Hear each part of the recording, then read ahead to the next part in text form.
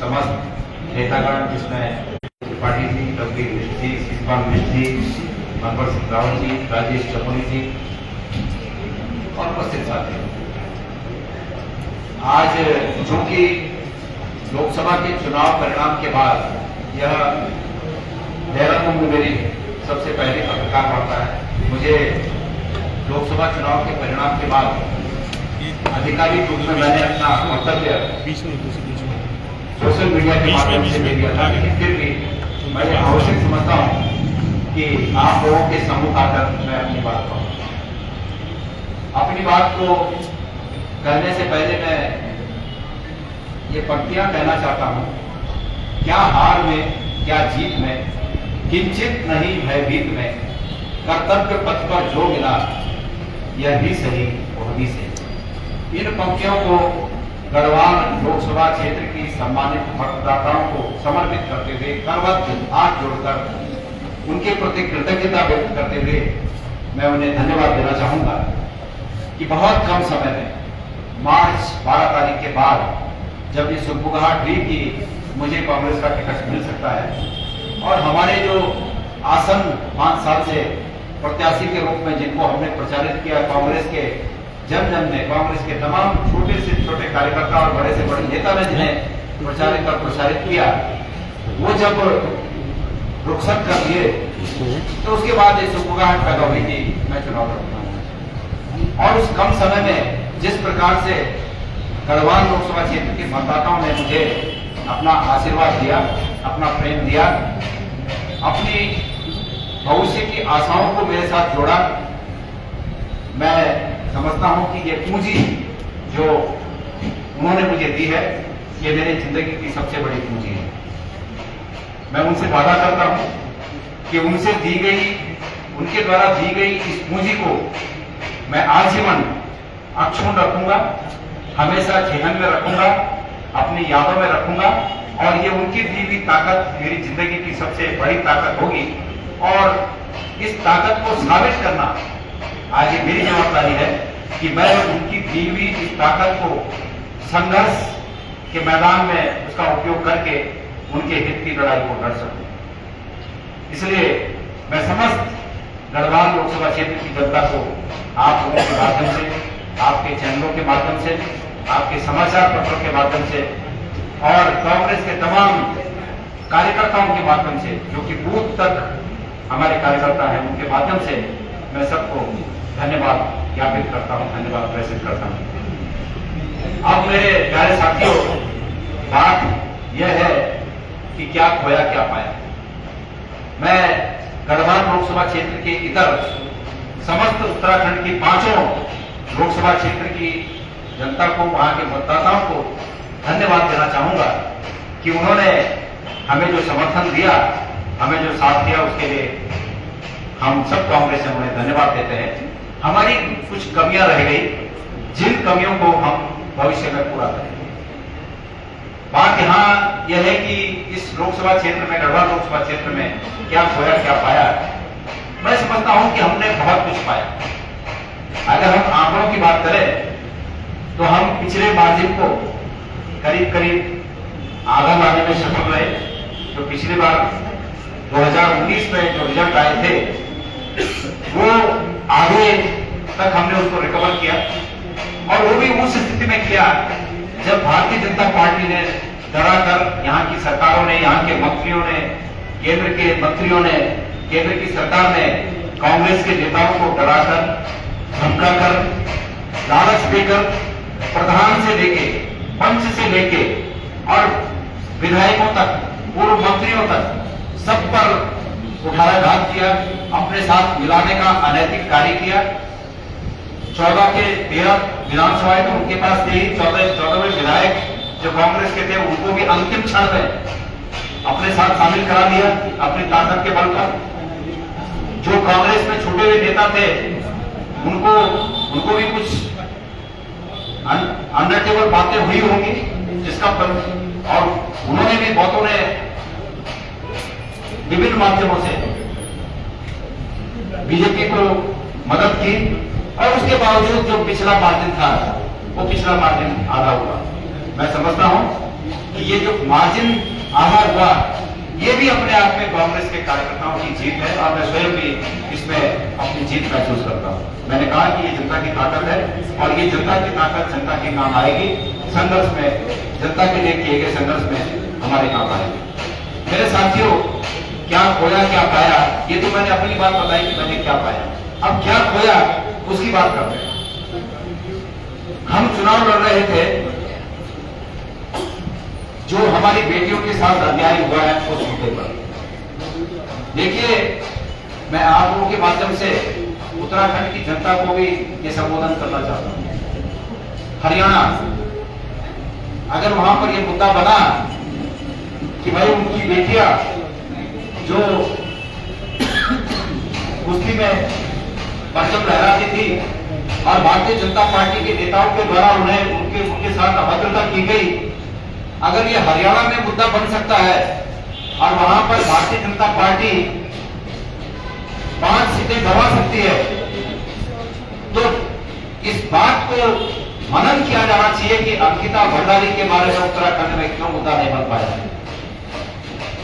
इस बात को हमारे स्तर पर भी मनन किया जाना चाहिए कि क्या कांग्रेस इस मुद्दे को लोगों तक नहीं पहुंचा पाई, और इस बात पर भी मनन किया जाना चाहिए कि क्या कांग्रेस ने अगर इसको मुद्दा बनाया है, तो मैं तो इसका साक्षी हूं कि मैंने पहले दिन से इस बात को उठाया था कि यह अन्याय उत्तराखंड सहन नहीं करेगा, लेकिन उसके बावजूद ये अन्याय अगर सहन हुआ तो इसको इस रूप में भी मनन किया जाना चाहिए कि हमारे लोगों ने इसको क्यों अपने जहन में नहीं उतारा, क्या क्यों उस पीड़ा को महसूस नहीं किया जो एक माँ, एक पिता अपनी बेटी के खोने पर महसूस करता है।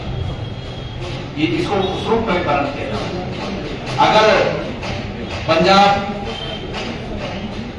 अगर पंजाब और हरियाणा में ये मुद्दा बन सकता है कि अग्निवीर योजना हमारे राज्य के मनमाफिक नहीं है, और उसका परिणाम ये हो सकता है कि पंजाब में आपने देखा होगा कि भारतीय जनता पार्टी का सुपड़ा साफ हो गया और हरियाणा में उन्हें बहुत कुछ खोना पड़ा। अगर ये वहां मुद्दा बन सकता है, महाराष्ट्र में ये मुद्दा बन सकता है, तो उत्तराखंड जो कि सबसे ज्यादा इस योजना से प्रभावित हुआ, वहां ये मुद्दा क्यों नहीं बना, ये भी सोचने का विषय है। ये हमारे लिए भी सोचने का विषय है जो हम राजनीति करते हैं और प्रतिपक्ष में है। हमने क्या इसको मुद्दा नहीं बना पाया, ये सोचने की बात है। और ये जनता के लिए भी सोचने की बात है कि भाई अपने हितों की बात तो सोची जानी चाहिए कम से कम। तो ये कहां पर चूक हो गई, ये हमारे लिए भी मनन का विषय है और ये मतदाताओं के लिए भी मनन का विषय है। जिन विचारों को बदलने की कभी आदत नहीं, उन विचारों को सदा शमशान कहना चाहिए। ये मैं बोल रहा हूं, शायद दिनकर जी की कविता है, रामधारी सिंह दिनकर जी की शायद ये कविता है, या हो सकता है कि मैं कवि का नाम भूल रहा हूं, लेकिन एक प्रख्यात कवि की कविता है कि जिन विचारों को हम विचारों में लपेटे गए लोग हैं क्या, और जो विचारों में लपेटे गए लोग हैं वो सच्चाई से वाकिफ नहीं हो पाते, ऐसा मेरा मानना। इसलिए अंकिता भंडारी के मुद्दे पर हम सबको एक होना चाहिए था, उत्तराखंड की जनता को एक होना चाहिए था, अग्निवीर के मुद्दे पे एक होना चाहिए था, बेरोजगारी के मुद्दे पे एक होना चाहिए था, पेपर लीक के मुद्दे पर हमें एक होना चाहिए था। ये नहीं हो पाया, तो मुझे ऐसा प्रतीत होता है कि हम उन विचारों में लपेटे गए मानसिकता से भरे हुए हैं कि जो लपेटने के बाद जो दूसरी बात सुनने को तैयार नहीं है। तो इस पर मैं सभी से, नेता स्तर पर स्वयं भी पुनर्विचार करूंगा कि हमारे प्रयास में कहां कमी रही, और जनता के स्तर पर मैं निवेदन करना चाहता हूं कि निश्चित रूप में लोग भी इस पर पुनर्विचार करें कि जो समाज अपने हितों की रक्षा करने के लिए सजग नहीं रहता, उस समाज को बहुत बड़ी कीमत चुकानी पड़ेगी। मेरे साथियों, मैं इस मौके पर सभी साथियों को, आप सबको धन्यवाद देना चाहूंगा। जो लोकल हमारे चैनल्स हैं, जो लोकल हमारे ये जो पोर्टल चलाते हैं, सब हमारे साथी, उन्होंने तटस्थ भाव से जो जिस लायक था उसकी उस रूप में रिपोर्टिंग की। और अगर नेशनल मीडिया, खास करके जो फीडेड मीडिया है, फीडेड जिसको गोदी मीडिया बोलते हैं, अगर गोदी मीडिया पहले से ये हवा नहीं बनाता कि 400 पार 400 पार 400 पार, अगर ये हवा नहीं बनती तो उत्तराखंड में भी फिजा कुछ अलग होती। चूंकि दूर दराज के गांव में सिर्फ टीवी देखा जाता है, सोशल मीडिया का प्रभाव कम है, टीवी देखा जाता है, इसलिए लोग इसी फहमी में रहे कि बस बीजेपी 400 पार जाता पाए। अगर लोगों को ये हकीकत पता होती, जो इसका जिस प्रकार के रिजल्ट सामने आए, ये हकीकत पता होती, तो यहाँ की भी फिजा कुछ अलग होती। मैं प्रमाण के साथ इस बात को कहना चाहता हूँ, हमारी पहुंच, हमारे प्रचार की पहुंच शहरी इलाके में रही। मैं श्रीनगर शहर की बात करूं, मैं पौड़ी शहर की बात करूं, मैं कोटद्वार शहर की बात करूं, मैं रामनगर शहर की बात करूं, मैं गोपेश्वर शहर की बात करूं, मैं कर्णप्रयाग शहर की बात करूं, तो जो शहरी इलाके हैं और सेमी अर्बनाइज्ड इलाके हैं, वहां पे हम बढ़त में थे, लेकिन गांव में हम बहुत पीछे थे। तो इसका मतलब ये है कि वहां तक हमारी बात नहीं पहुंची। टीवी का असर वहां रहा, टीवी में जो देखा गया वो गांव में रोज दिखता था, और हम सोशल मीडिया के माध्यम से जो अर्बन एरिया में हमारी पकड़ थी, वो पकड़ हम गांव तक नहीं पहुंचा पाए, गांव तक हम पकड़ हम नहीं बना पाए, और जिसका हमें खामियाजा भुगतना पड़ा। एक चीज और है, इस बात से ये प्रमाणित होता है, दुनिया बदलती है, बदलने वाला चाहिए। तो ये हमारे लिए सीख है, और हम कोशिश करेंगे कि इस दुनिया को बदलेंगे, बेहतरी की दुनिया को लाएंगे। और आपके कोई प्रश्न हो तो उन प्रश्नों का स्वागत है। धन्यवाद।